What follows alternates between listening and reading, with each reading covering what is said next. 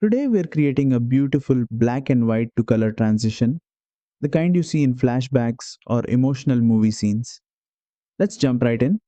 First, import your video into the timeline. Now, tap on Effects at the bottom toolbar.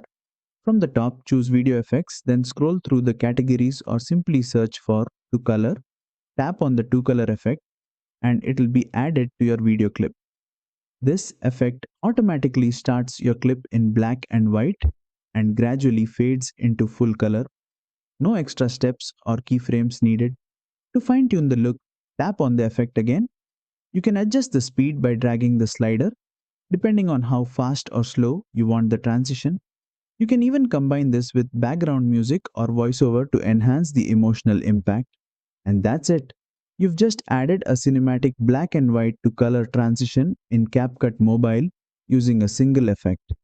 If you found this tutorial helpful, be sure to like, share, and subscribe for more quick CapCut editing tips.